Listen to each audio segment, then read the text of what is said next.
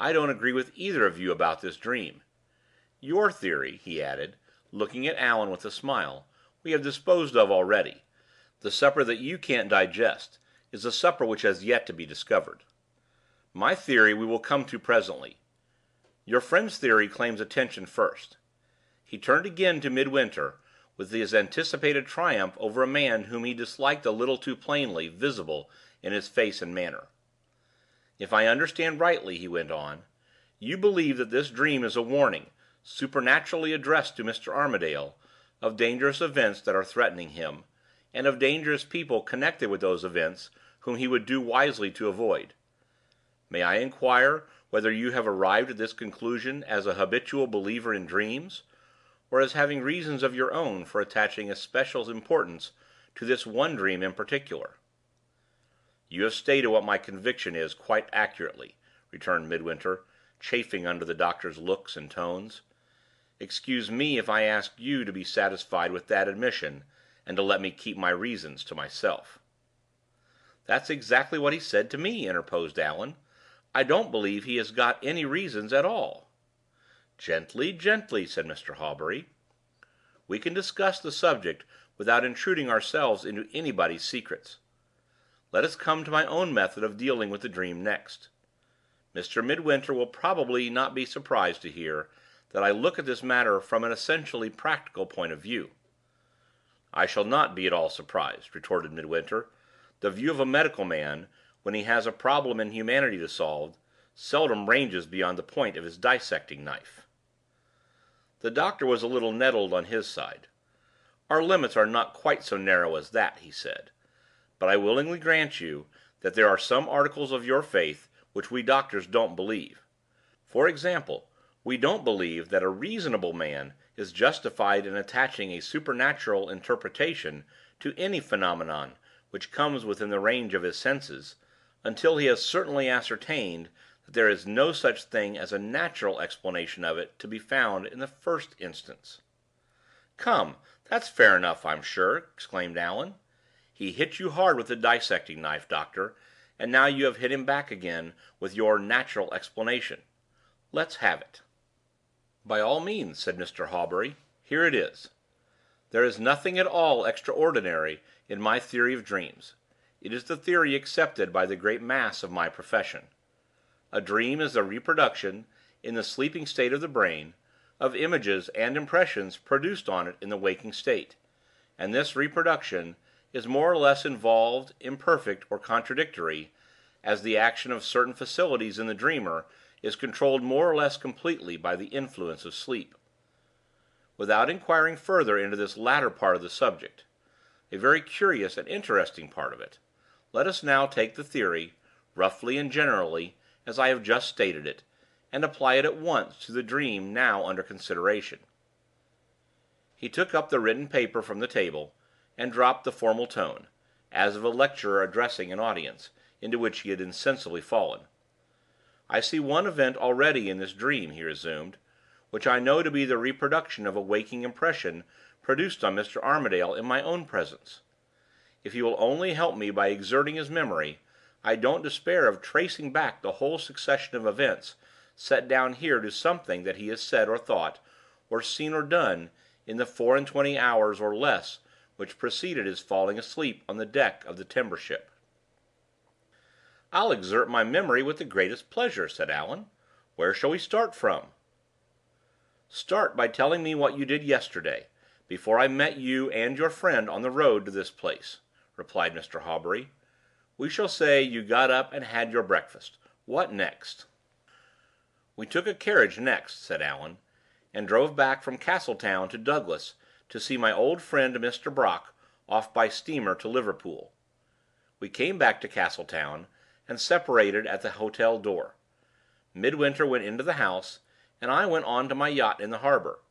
By the by, doctor, remember you have promised to go cruising with us before we leave the Isle of Man." "Many thanks, but suppose we keep to the matter in hand. What next?" Allan hesitated. In both senses of the word, his mind was at sea already. "What did you do on board the yacht?" "Oh, I know. I put the cabin to rights, thoroughly to rights. I give you my word of honor, I turned every blessed thing topsy-turvy, and my friend there came off in a shore boat and helped me. Talking of boats, I have never asked you yet whether your boat came to any harm last night. If there is any damage done, I insist on being allowed to repair it."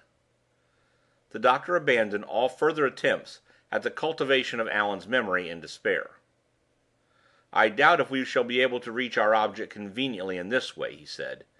"It will be better to take the events of the dream in their regular order, and to ask the questions that naturally suggest themselves as we go on. Here are the first two events to begin with. Your dream that your father appears to you, that you and he find yourselves in the cabin of a ship, that the water rises over you and that you sink in it together. Were you down in the cabin of the wreck, may I ask?" "I couldn't be down there," replied Allan, "as the cabin was full of water. I looked in and saw it, and shut the door again." "Very good," said Mr. Hawbury. "Here are the waking impressions clear enough so far. You have had the cabin in your mind, and you have had the water in your mind, and the sound of the Channel current, as I well know without asking, was the last sound in your ears when you went to sleep. The idea of drowning comes too naturally out of such impressions as these to need dwelling on. Is there anything else before we go on? Yes, there is one more circumstance left to account for." "The most important circumstance of all," remarked Midwinter, joining in the conversation, without stirring from his place at the window. "You mean the appearance of Mr. Armadale's father? I was just coming to that," answered Mr. Hawbury. "Is your father alive?" he added, addressing himself to Allan once more. "My father died before I was born." The doctor started. "This complicates it a little," he said. "How did you know that the figure appearing to you in the dream was the figure of your father?" Allan hesitated again. Midwinter drew his chair a little away from the window, and looked at the doctor attentively for the first time. "Was your father in your thoughts before you went to sleep?" pursued Mr. Hawbury. "Was there any description of him, any portrait of him at home, in your mind?" "Of course there was!" cried Allan, suddenly seizing the lost recollection. "Midwinter, you remember the miniature you found on the floor of the cabin when we were putting the yacht to rights? You said I didn't seem to value it, and I told you I did, because it was a portrait of my father." "And was the face in the dream like the face in the miniature?" asked Mr. Hawbury. "Exactly like. I say, doctor, this is beginning to get interesting." "What do you say now?" asked Mr. Hawbury, turning toward the window again. Midwinter hurriedly left his chair, and placed himself at the table with Allan. Just as he had once already taken refuge from the tyranny of his own superstition in the comfortable common sense of Mr. Brock, so, with the same headlong eagerness, with the same straightforward sincerity of purpose, he now took refuge in the doctor's theory of dreams. "I say what my friend says," he answered, flushing with a sudden enthusiasm. "This is beginning to get interesting. Go on, pray go on." The doctor looked at his strange guest more indulgently than he had looked yet. "You are the only mystic I have met with," he said, "who is willing to give fair evidence fair play. I don't despair of converting you before our inquiry comes to an end. Let us get on to the next set of elements," he resumed, after referring for a moment to the manuscript. "The interval of oblivion which is described as succeeding the first of the appearances in the dream may be easily disposed of. It means, in plain English, the momentary cessation of the brain's intellectual action, while a deeper wave of sleep flows over it, just as the sense of being alone in the darkness which follows indicates the renewal of that action, previous to the reproduction of another set of impressions. Let us see what they are. A lonely pool surrounded by an open country, a sunset sky on the further side of the pool, and the shadow of a woman on the near side. Very good. Now for it, Mr. Armadale. How did that pool get into your head?